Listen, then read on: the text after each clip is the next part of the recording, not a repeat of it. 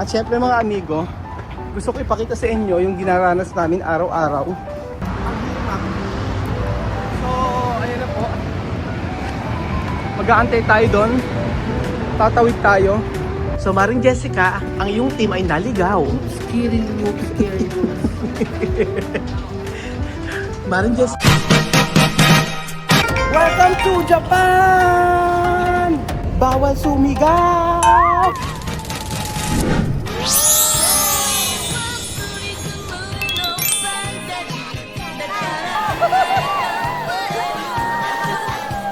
Nasa kabaan tayo ng train station na kung saan si Gwen po, lahat ng bansa na pinupuntahan ay nag-i-stamp. Yan ang ano mo, koleksyon? Yes, for journal. For journal. Oh, galing. Lahat ng bansa may ganyan ba?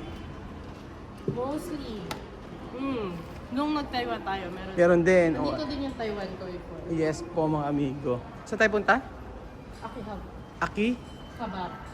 Akihabara. Magandang araw po sa inyo lahat mga amigo. Nandito po tayo sa my train.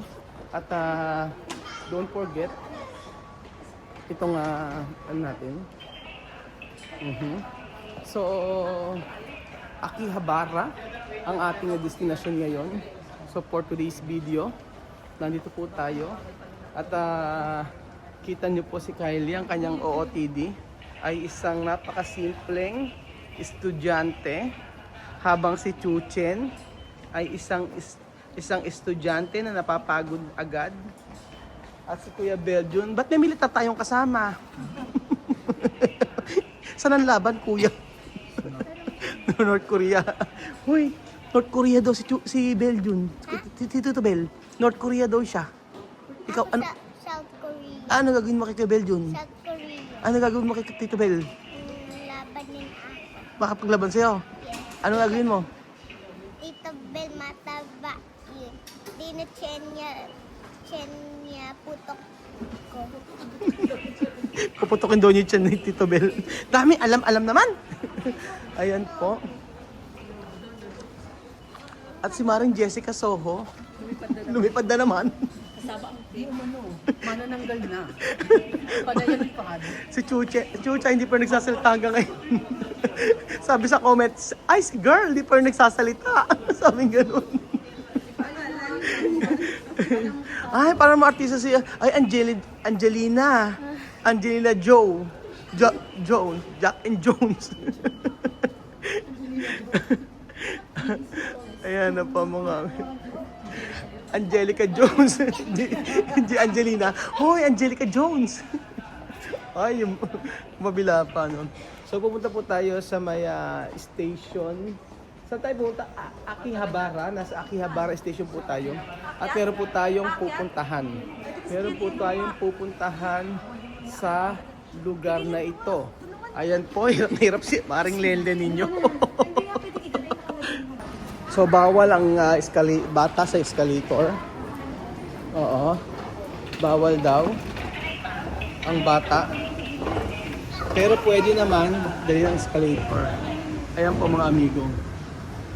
Temperature dito malamig po mga amigo. At bago kayo makarating dito, 4 na station po para aming accommodation. At imimit po natin ang OFW ng Japan. At tayo ay makikipag-meet po mga amigo. Tayo ay mamimili-mili. Mila-mila. Mamimili po tayo ng pwedeng bilhin natin dito sa Akihabara Station. Yung ano mga pupuntahan dito. Yun ang mahirap dito sa Japan. Yung ganyan. Yung taas baba. Ganyan po. Ako kaya ko ganyan lang siya. Ang maganda, ma-exercise ka. Mapupwersa ka ma-exercise pag nasa train station ka. Wala po sa train. Mapupwersa ka. Tulad yan, ang taas tapos ito ulit. Ganyan siya. Yun ang pinakamahirap na challenge dito sa may Japan. Ang maglakad na nakakadala. Hingal ka agad. Kaya pag uwi namin, tulog agad ang Kuya Raul ninyo. Ayan po. At si Maring Jessica, ayan po siya. Ayan. Oh. Hinihingal ako. Hindi po pwedeng walang mami oh. Ayan. Hindi po pwedeng walang pwedeng walang ganito. Stroller. Ang hirap. So, ayan na po. Mag-aantay tayo doon. Tatawid tayo. So, araw-araw ganyan po yung ating nararanasan. At hindi ka... Si Pilo ang mainam kasama sa ganito kasi alam niyo mag-navigate ng sa lugar. Alam niya kung saan pupunta. Ayan, mami. O, picturean ko kayo. 1, 2, 3. Ayun na. Okay na. Saan tayo? So, ayan po mga amigo. Ayan si Tito Bel po magpapaalam na. Kasi si Beshi nyo po ay uuwi na. So, ano po siya? Bago mo siya makarating dito, nag-aeroplano pa siya para lang ma-meet tayo. Isa nating solid follower na nakasama natin sa tour na kung saan ay naki-join siya. Sa tagal niya rito sa may Japan, never pa po siyang nakarating sa mga lugar na pinuntahan natin. So, ganun po kasi malaking Japan. So, sa mga susunod, gusto namin na libutin ang Osaka naman. Osaka, Japan. Dahil mabibili ang mga amigo. Diba? Yung KitKat na matcha nakita ko, yun yung kadalasan nakikita ko rito. Pero lahat ng pagkain sobrang sarap, wala akong masabi, mga kababayan ko. Ayan po, pati mga kainan, mga steak. Ang sarap ng steak nila dito. Ayan. Wow, mga iba't ibang klaseng camera. So syempre maaga pa naman dito sa Japan.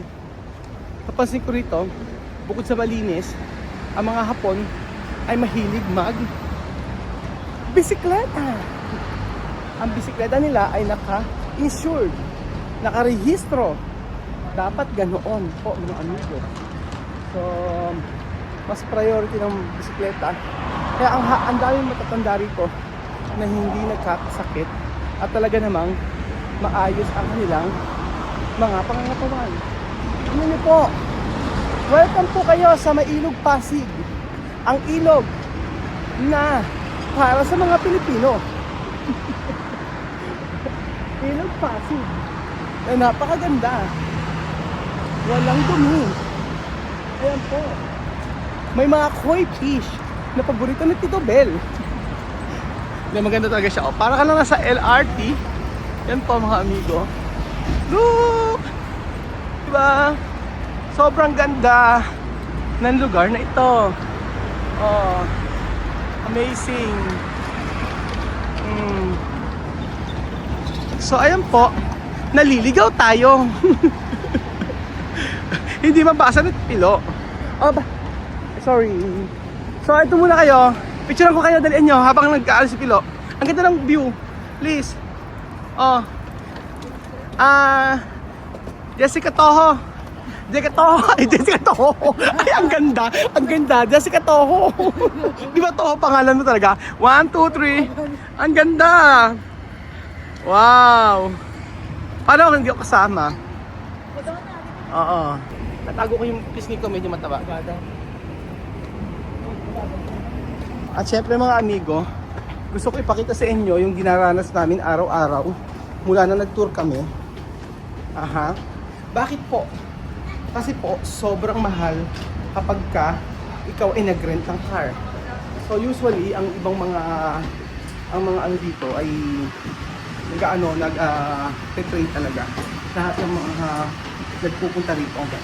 Alam niyo po ba, konting kaalaman, yung kaibigan ko si Myla, nag-tour po sa Japan, ilang days po, kumuha ng mga private na sasakyan. Ang ginastos po sa pamasahe pa lang is 200,000 pesos. Yes po mga amigo, totoo po yun. Kaya obligado na, dati hindi ako naniniwala, pero totoo pala mga amigo. So mas okay na rin na ganito nag-exercise ka na, nakatipid ka pa.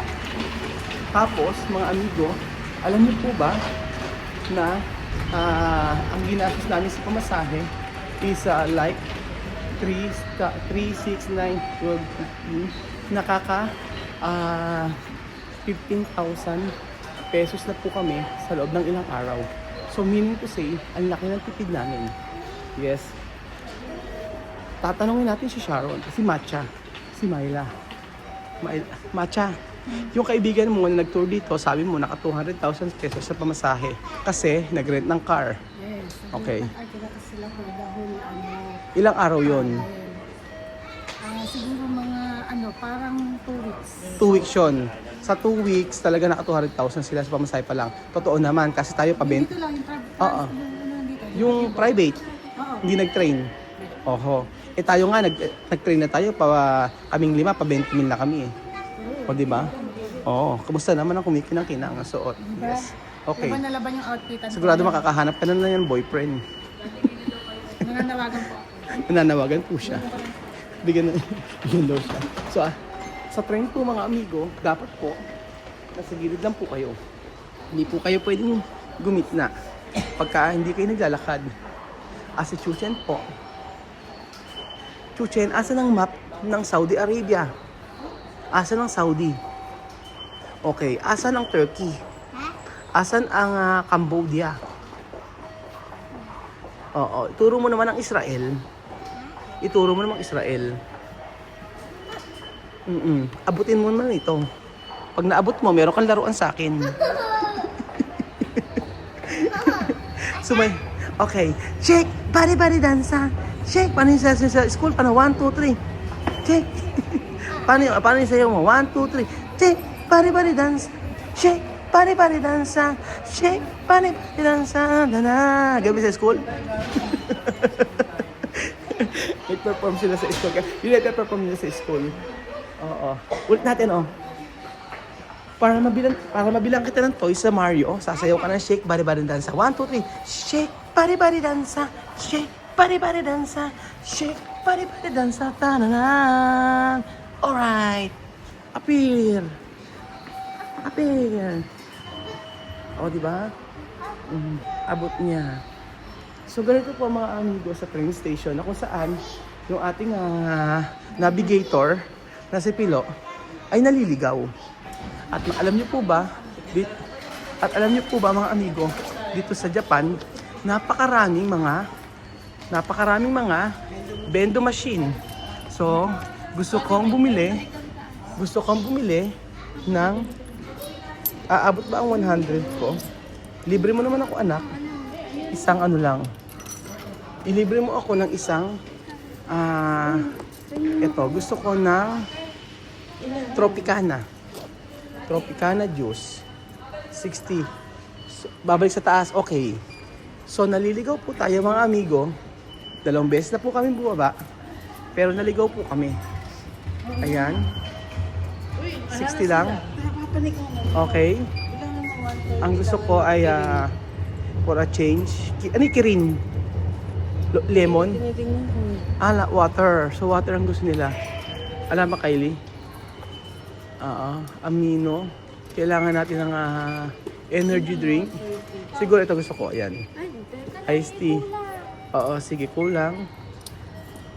Pasensya naman Ayan, kulang pa. Wow! Sarap. Ay, ang laki. So, ayan. Bibili tayo. Water ni Kian. Ito para kay Chuchen na tubig. Pakihawaks. Ayan, tayo nagbablog. So, sa kasamaang palad, mga amigo, tayo ay naligaw. Naligaw at babalik tayo sa taas. Pasensya na po mga amigo. Ganun po talaga dito pag hindi masyadong kabisado. Bumabalik po sa pinanggalingan. Sabi niya ganun, dapat lumihim ka sa pinanggalingan mo.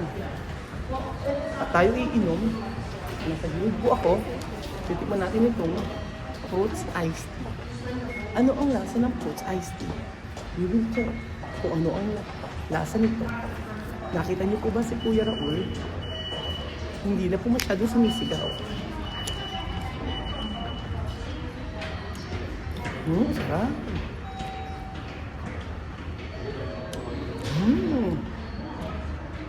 Iced tea. Putas.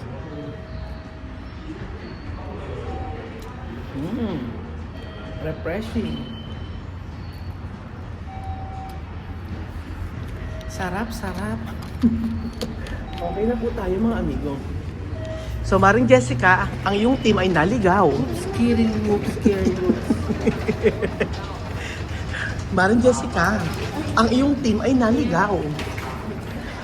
Lumakad ang aming team. Lumakad. Lumakalipat. Ngayon po, hawak-hawak ko pong stroller. Bumabalik po kami sa aming pinanggalingan. Next station. Pagod na station. Susunod na station. Ayan po, Hingal Station. Naligaw kami. Dahil ang team ni Maring Jessica Ay, naglakad na lang. ay naglakad na lang. So, babalik po tayo sa ating pinanggalingan na kung saan ako hingal na hingal. Ganyan po. Hindi ko kaya. Ay, nako. Hindi na ako. Hindi na ako. Grabe po ang dinadanas namin sa Japan. Kaya nga po mga amigo, paalala po, kung magja-Japan kayo for 2 weeks, mag-ipon na agad kayo ng 200,000 pesos. Kung ayaw nyo mapagod, hindi po biro ang Japan. Dahil po, the gastos is over. Actually, mas mahal sa Korea. Yung kanaming, yung tour namin sa Korea, bakit ganito ang boses ko? Ayan po. Para alam niyo lang po. Para may idea kayo mga amigo sa aming ginagawa na pag-tour. So ayan po. Ayan po mga amigo. So sa naligaw kami na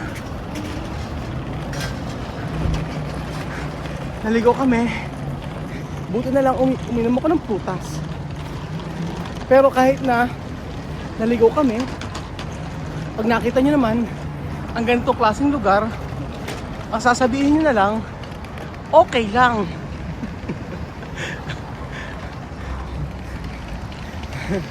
O di ba? Sabi ko po sa inyo bawat kanto rito, bawat lugar, may bendo machine. At huwag kayo. Dito po mga amigo, grabe. Kapag ka bumili ka sa grocery station, ikaw maglalagay ng mga pinamili mo sa plastic. At ang plastic, may bayad. Ganun po mga amigo. Ang dami kong natututunan dito sa Japan. Dahil dito po ako magpo-for good. Sabi lang. Ayan po. Grabe. Ay, busog. Kahit wala pang kinakain.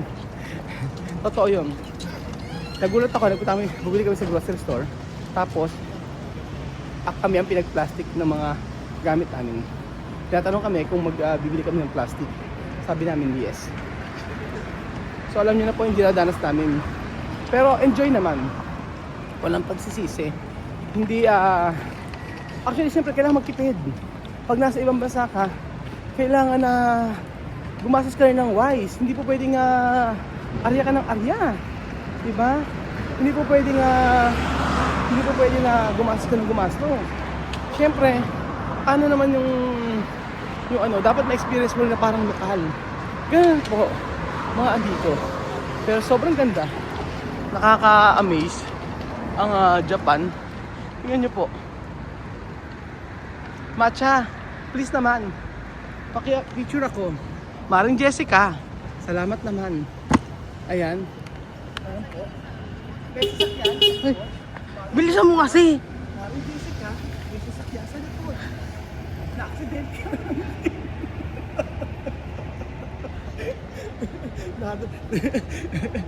Nadagip si Maring Jessica. Nadagip si Maring Jessica.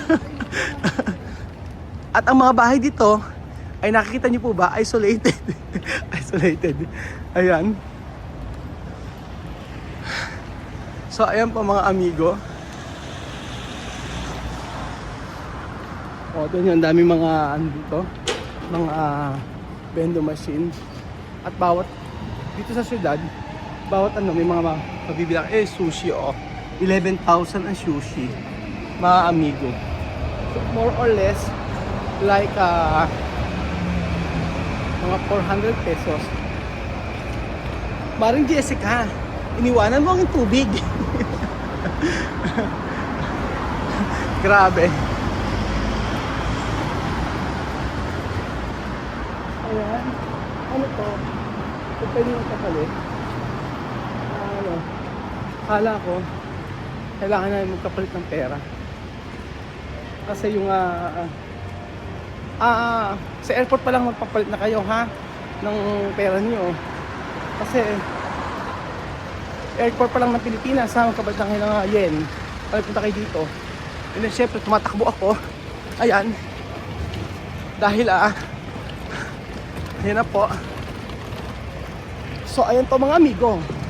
Nakarating na po kami sa aming patutunguhan. Ang Akibara Station. Paano ko panindigan yung ganitong boses?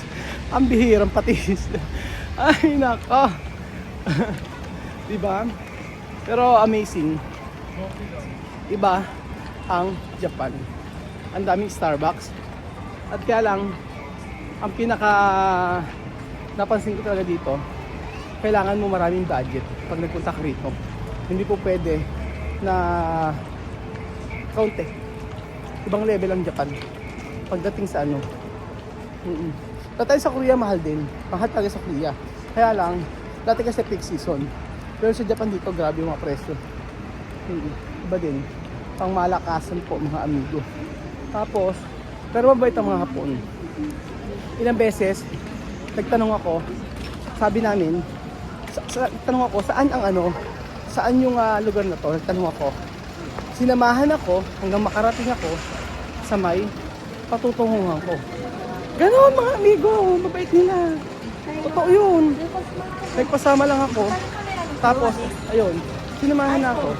So ayan po mga amigo, nandito na po tayo sa ating patutunguhan. Thank you so much po sa panonood ng episode na ito. I hope na may naman kayo natutunan sa akin dito sa may Japan. And then, yes po mga amigo, at gusto ko lang i-clear, mamaya meron ako sasabihin sa inyo. Kaya abangan niyo po ang mga susunod nating palabas dito sa Japan! Thank you so much po.